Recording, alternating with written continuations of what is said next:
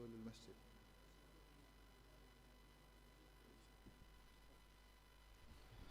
بسم الله الرحمن الرحيم. الحمد لله رب العالمين والصلاة والسلام على سيدنا محمد وعلى آله وصحبه أجمعين.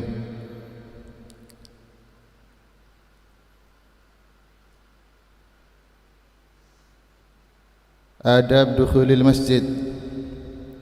فإذا أردت الدخول إلى المسجد فقدم رجلك اليمنى وقل اللهم صل على محمد وعلى آل محمد وصحبه وسلم. اللهم اغفر لي ذنوبي وافتح لي أبواب رحمتك. ومهما رأيت في المسجد من يبيع ويبتاع فقل لا أربح الله تجارتك. وإذا رأيت فيه من ينشد ضالة فقل لا رد الله عليك ضالتك.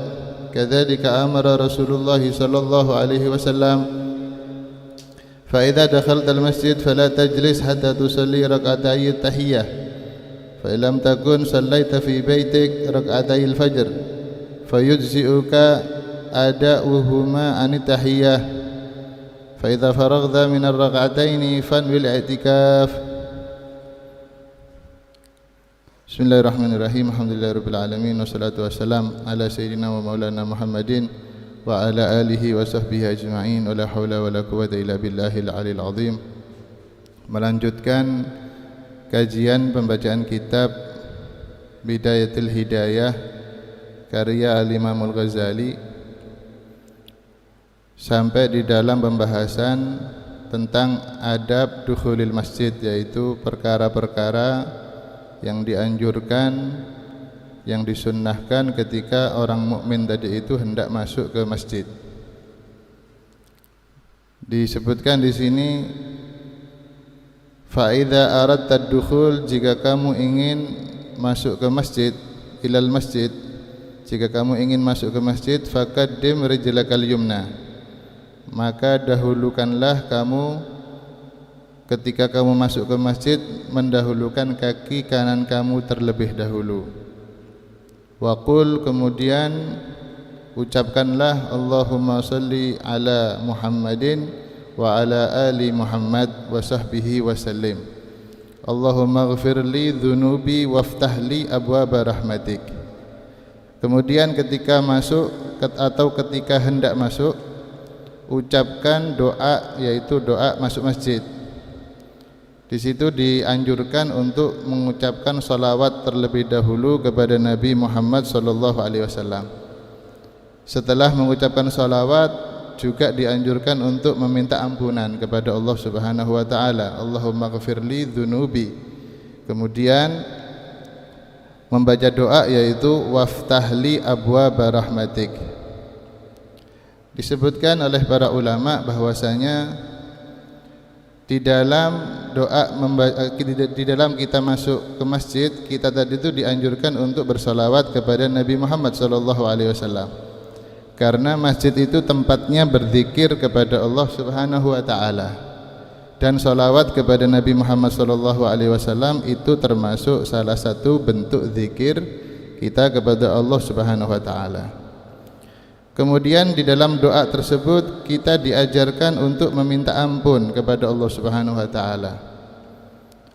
Itu adalah salah satu bentuk yang diajarkan oleh Nabi kita Nabi Muhammad SAW, bahwasanya manusia itu memang penuh atau banyak daripada kesalahan, sehingga dianjurkan untuk meminta ampun kepada Allah Subhanahu wa taala di dalam setiap saatnya. Bahkan ketika masuk ke masjid dianjurkan untuk meminta ampun kepada Allah Subhanahu wa taala. Di dalam sebuah hadis Nabi sallallahu alaihi wasallam itu mengajarkan kepada kita bagaimana beliau itu sering meminta ampun kepada Allah Subhanahu wa taala. Disebutkan dalam hadis, wa inni la astaghfirullaha fi kulli yaumin 70 marrah wa fi riwayah 100 marrah. Dan sesungguhnya minta ampun kepada Allah Subhanahu wa taala di setiap harinya 70 kali, dalam riwayat lain 100 kali. Katanya para ulama, 70 atau 100 kali itu bukan untuk litahdid tapi litaktsir. saking seringnya Nabi meminta ampun kepada Allah Subhanahu wa taala. Itu sebetulnya untuk mengajarkan kepada kita bahwasanya manusia itu penuh kesalahan, dan dianjurkan kita tadi itu untuk senantiasa dan selalu meminta ampun, mengucapkan istighfar kepada Allah Subhanahu wa taala. Kemudian Imam Ghazali menyebutkan, ketika kamu wa mahma ra'aita fil masjid, ketika kamu melihat orang yang melakukan akad jual beli di dalam masjid, maka apa yang hendaknya kita ucapkan ketika ada orang seperti itu? Imam Ghazali mengatakan, faqul la arbahallahu tijaratak, semoga Allah Subhanahu wa taala tidak memberikan keuntungan di dalam perdagangan kamu. Dan ketika kamu menemukan ada orang mencari barang yang hilang atau mencari sesuatu yang hilang di dalam masjid, maka ucapkanlah kepada orang tersebut, la raddallahu alaika dhalatak, semoga Allah Subhanahu wa taala tidak mengembalikan barang yang hilang kepada kamu. Kadzalika amara Rasulullah sallallahu alaihi wasallam, dan begitulah Nabi Muhammad sallallahu alaihi wasallam memerintahkan kepada kita. Para ulama mengatakan, kenapa kita kok malah mendoakan agar supaya tidak mendapatkan keuntungan, atau malah kita mendoakan supaya Allah Subhanahu wa taala tidak akan mengembalikan barangnya dia yang hilang? Katanya para ulama, karena tidak munasib, karena tidak sesuai dengan tempatnya. Karena masjid itu adalah dibangun untuk zikir kepada Allah Subhanahu wa taala, dibangun untuk beribadah kepada Allah Subhanahu wa taala. Lah kok malah dibuat berdagang? Ada orang jual beli, transaksi di dalam masjid. Maka jika kamu menemukan orang seperti itu, maka doakan dia. Katanya para ulama, sunnah untuk mendoakan kepada dia, doa dengan doa demikian, semoga Allah tidak memberikan keuntungan di dalam perdagangan kamu, kata para ulama, sebagaimana yang telah dianjurkan atau diperintahkan oleh Nabi kita Nabi Muhammad sallallahu alaihi wasallam. Fa idza dakhaltal masjid, kemudian ketika kamu itu sudah masuk ke masjid, fala tajlis, maka janganlah kamu langsung duduk, hatta tusalliya rak'atayil tahiyah, kecuali kamu tadi itu sudah salat 2 rakaat yaitu tahiyatul masjid. Fa illam takun sallaita fi baitika rak'atayil fajr, jika kamu memang ketika di rumahmu kamu itu belum melaksanakan salat sunnah subuh. Di pertemuan sebelumnya kita membahas tentang salat sunnah sebelum salat subuh. Di situ dianjurkan kita tadi itu salat sunnah sebelum subuh itu di rumah kita. Kemudian setelah salat sunnah subuh kita berangkat ke masjid, sebagaimana yang diajarkan oleh Nabi kita Nabi Shallallahu Alaihi Wasallam. Kenapa? Karena kita kalau salat sunnah itu memang afdalnya dilakukan di rumah. Ya, di pertemuan yang lalu begitu. Afdalnya untuk menghidupkan rumah kita dengan ibadah kepada Allah, salah satunya kita hidupkan rumah kita dengan ibadah salat, agar tidak seperti kuburan disebutkan kemarin. Agar tidak supaya seperti kuburan, kita tadi itu menghidupkan rumah kita dengan ibadah salat. Katanya Imam Ghazali, jika kamu memang ketika di rumah belum salat 2 rakaat sebelum subuh, maka ketika kamu masuk masjid, maka sholatlah itu tahiyatul masjid, dan juga niatkan daripada sholat 2 rakaat sebelum subuh. Maksudnya begini, sholat tahiyatul masjid itu adalah salah satu sholat yang mundarijah tahta sholatil ghair, di dalam sholat yang lain. Maksudnya kita tadi itu bisa sholat tahiyah sekaligus sholat tahiyat, sholat 2 rakaat sebelum sholat subuh. Tapi kita bisa mendapatkan pahala dua-duanya jika kita meniatkan dua-duanya.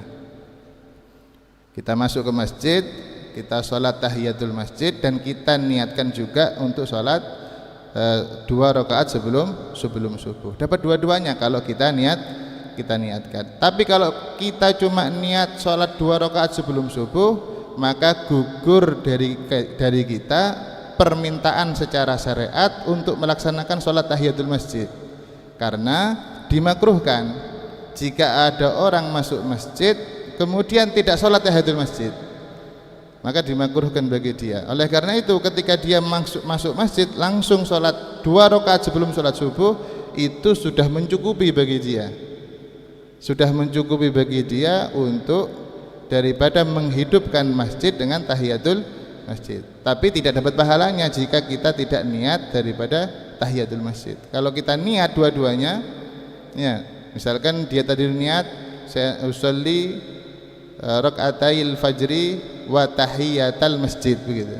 Saya niat sholat ini sholat 2 rakaat sebelum subuh dan juga sholat tahiyatul masjid, maka kita dapat dua-duanya, dapat pahala dua-duanya. Tapi kalau kita cuma niat daripada sholat 2 rakaat sebelum subuh, maka kita hanya mendapatkan 2 rakaat sebelum subuh. Ya, jadi banyak diantaranya. Ada yaitu sholat sunnah yang bisa kita dobelkan niatnya dan kita mendapatkan pahalanya. Di antaranya yaitu sholat tahiyatul masjid. Di antaranya lagi yaitu sholat ba'diyatul wudu. Setelah kita wudu, kita disunahkan untuk sholat. Ya, kita disunahkan untuk sholat, dan sholat itu bisa kita dobelkan. Misal dengan qobliyatud duhri, kita mau sholat qobliyatud duhur dan kita juga niatkan sebagai ba'diyatul wudu.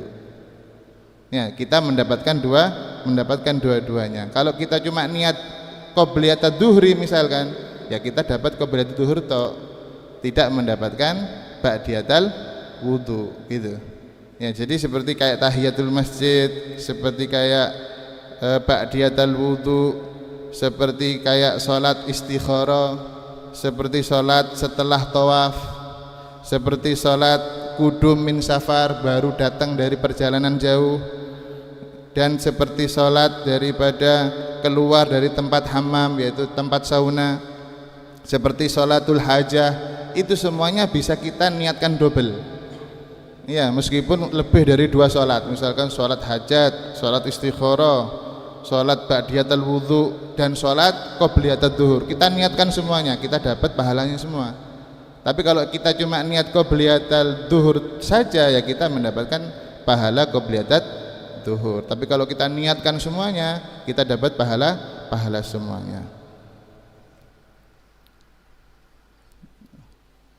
Tawil.